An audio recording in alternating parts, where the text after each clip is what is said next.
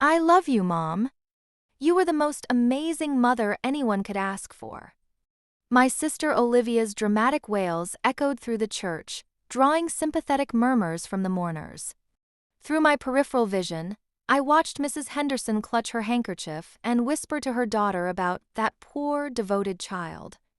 I sat silently in the front pew, my hands folded neatly in my lap, watching Olivia's performance.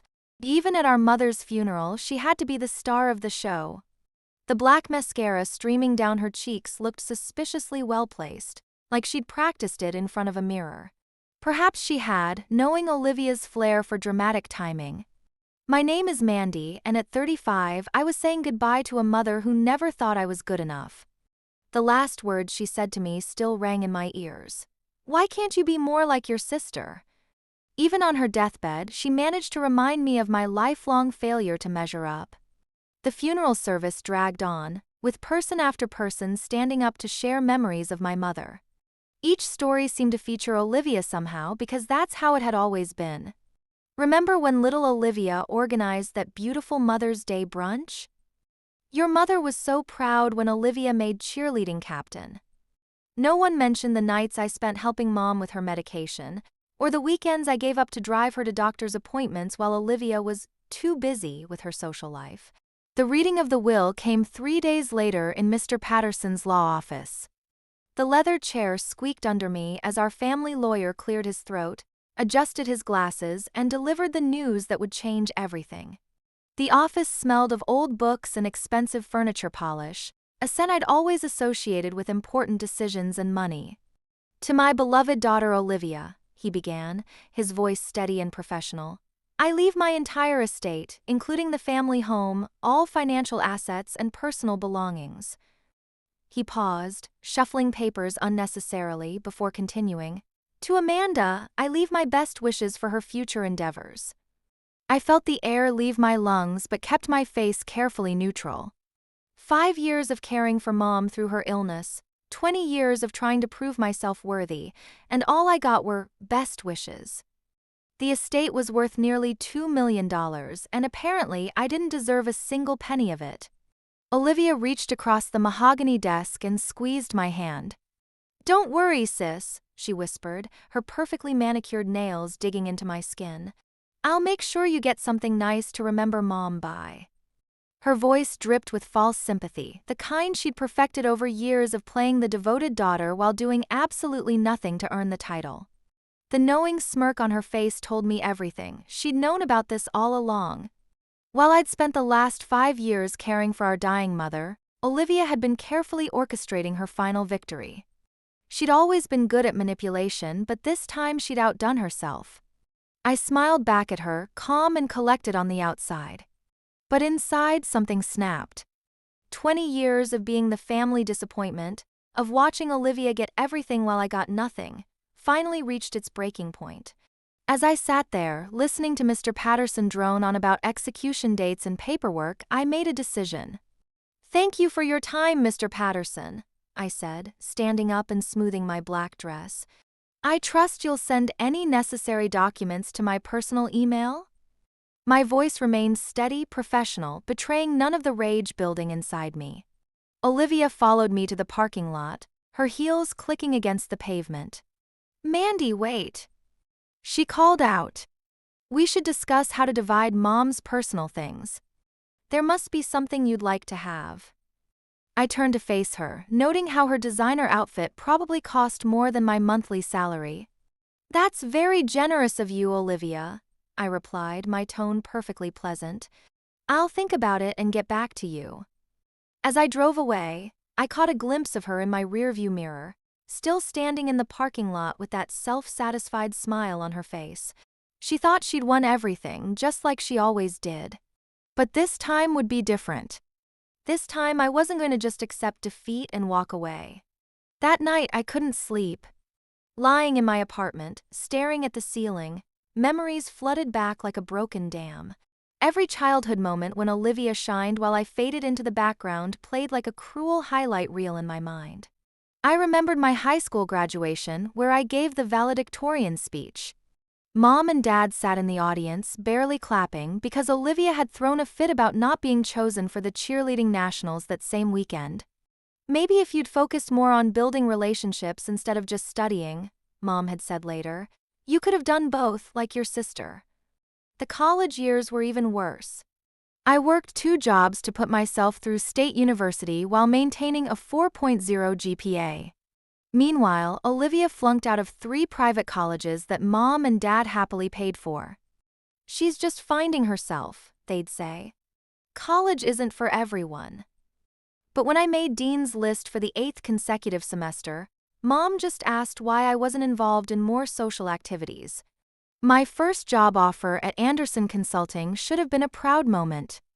Instead, Mom spent the entire celebration dinner gushing about Olivia's new boyfriend, some trust fund kid named Bradley.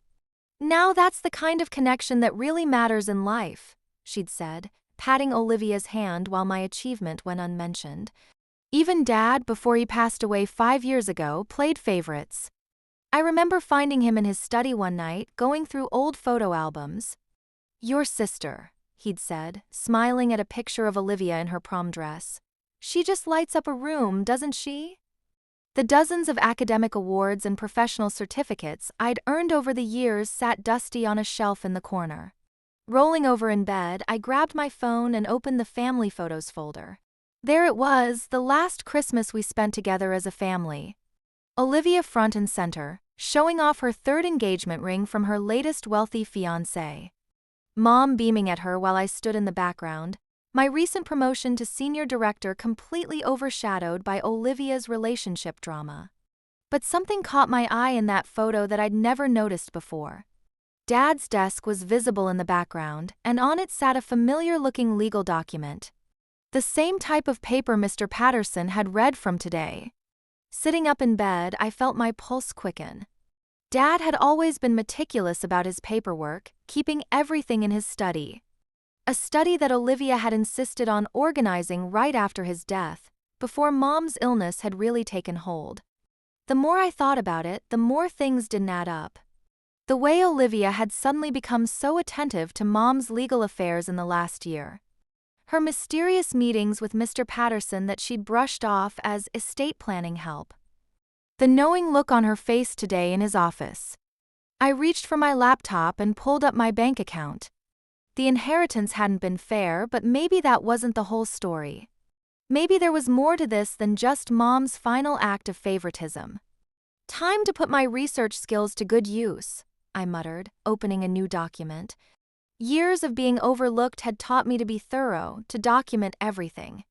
Olivia might have been the family favorite, but I was the one who'd learned to pay attention to details. For the first time since the funeral, I felt a spark of purpose. If Olivia thought she could just walk away with everything while I quietly accepted my best wishes, she was about to learn a very important lesson about her overlooked big sister.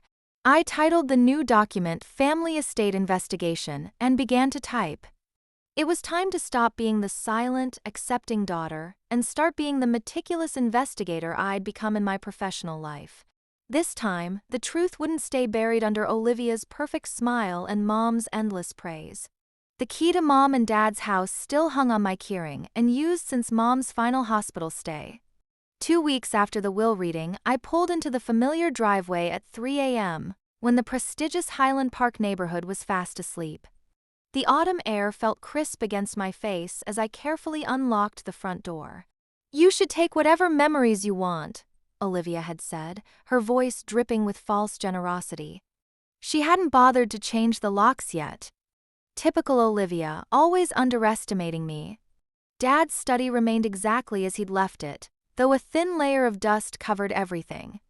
The heavy mahogany desk dominated the room, and I could almost see him sitting there, his reading glasses perched on his nose. I pulled out my phone's flashlight and began methodically searching through each drawer. The bottom right drawer had always been locked, Dad's private space that even Mom never accessed. But I remembered watching him years ago, sliding the spare key behind the loose baseboard under his desk. My hands trembled slightly as I retrieved it. Inside the drawer, beneath stacks of old correspondence, I found what I was looking for. A leather portfolio marked Final Arrangements 2018. My heart pounded as I opened it. There it was. The original will, notarized and dated just 6 months before Dad's death. I read it once, twice, 3 times, my hands shaking with increasing rage. The estate was to be divided equally between Olivia and me. There was even a letter explaining their decision. Our daughters have different strengths, but both deserve equal support in their futures. But that wasn't all I found. Hidden behind the will was a USB drive labeled Family Matters. Back in my car, I plugged it into my laptop. What I discovered made my blood run cold. Dad had been investigating Olivia. He'd hired a private investigator in the months before his death. The drive contained surveillance photos, bank statements, and emails. Olivia had been embezzling from Dad's company where she worked as an accountant. She'd also been having multiple affairs, including one with her current husband Connor's best friend. Speaking of Connor, sweet, successful, trusting Connor, he appeared in several photos with their kids at the park, completely unaware that while he played devoted father, Olivia was at the Grand Hyatt with her latest fling. The timestamps on the photos matched the weekends when she'd claimed to be at yoga retreats. I sat in my car until dawn, processing everything. Dad must have discovered all this just before his sudden heart attack. Had the shock of Olivia's betrayal contributed to his death? The thought made me sick. Rather than confronting Olivia immediately, I spent the next week building my case. I hired the same private investigator Dad had used, Marcus Chen, to continue the surveillance. His first report confirmed my suspicions. Olivia hadn't changed at all. "Your sister maintains 3 separate phones," Marcus explained over coffee at a discreet cafe downtown. "She's currently involved with at least 2 men besides her husband. One's a junior partner at her law firm, the other's her personal trainer." I nodded, taking careful notes. "And the financial records?" Marcus slid a folder across the table. "She's been siphoning money from your mother's accounts for the past year. Small amounts at first, but increasing significantly in the months before your mother's death." The pieces were falling into place. Olivia must have found Dad's evidence, realized she was about to lose everything, and taken steps to protect herself. The timing of Mom's will change couldn't be coincidental. I spent another week weighing my options. I could take this to court, create a public scandal. But Olivia had always been better at spinning stories, playing the victim. No, this required a more subtle approach. Connor answered my call on the second ring. "Mandy? Is everything okay?" "Connor, I need to meet with you. Alone. It's about Olivia and the kids." My voice remained steady, professional. We met at a quiet bar on the other side of town. I watched his face change as I carefully, methodically laid out the evidence. The color drained from his face when I showed him the photos of Olivia with his best friend Mike. "The kids," he whispered, his hands shaking as he reached for his whiskey. "She always said she was taking them to her mother's during those weekends." "The kids were with the nanny," I corrected gently, sliding across another photo. "In this one, you can see them at the park with Maria while Olivia was otherwise occupied at the hotel." Connor's lawyer called me the next day. They wanted everything I had for the divorce proceedings. I provided copies, keeping the originals safe. But I wasn't done. Not even close. "There's one more thing," I told Connor before leaving the bar that night. "You might want to have your accountant look at the joint accounts. Carefully." I handed him one final folder, the evidence of Olivia's financial manipulations. As I drove home that night, my phone buzzed with a text from Olivia. "Coming to Mom's house tomorrow to start clearing things out. Wanna help, sis?" I smiled at my phone. "Of course," I replied. "What are sisters for?" The dominoes started falling on a sunny Tuesday morning during the Highland Park Ladies' Charity Brunch, Olivia's crowning social event of the season. I wasn't there, but my friend Sarah, who worked as the event photographer, told me everything. Olivia was in the middle of her welcome speech, detailing plans for the Children's Hospital fundraiser, when phones throughout the room started buzzing. Someone had anonymously emailed detailed evidence of her affairs to every member of the Highland Park Social Committee, complete with time-stamped photos and hotel receipts. Her face just crumbled, Sarah told me later. Especially when Mrs. Whitmore, her mother-in-law, stood up and walked out in the middle of her speech. I was sitting in Mr. Patterson's office when Olivia's carefully constructed world began to collapse. He looked uncomfortable as he examined the original will I'd found, along with the evidence of tampering I'd discovered through Dad's private investigator. "This is extremely serious," he said, removing his glasses to polish them nervously. "If what you're showing me is correct, we're looking at will fraud, possible financial crimes, and—" His phone buzzed. Then mine. Then his office line started ringing. "Oh my God," he whispered, looking at his screen. Someone had just mass-emailed evidence of Olivia's embezzlement from Dad's company to every major law firm and accounting office in the city. The timestamp on the forensic accounting report was particularly damaging. It showed she'd been stealing even as she served as executor of Mom's estate. My phone kept buzzing with messages. "Did you see what Olivia did? I can't believe she stole from your father. Those poor children." The country club dropped her membership by Wednesday. By Thursday, her law firm had placed her on indefinite leave pending investigation. Connor's divorce filing made the local news by Friday. Apparently, someone had tipped off the Society page editor about the best friend angle. Through it all, I maintained my routine. I went to work, attended my yoga classes, and responded to concerned messages with simple, "I'm as shocked as you are."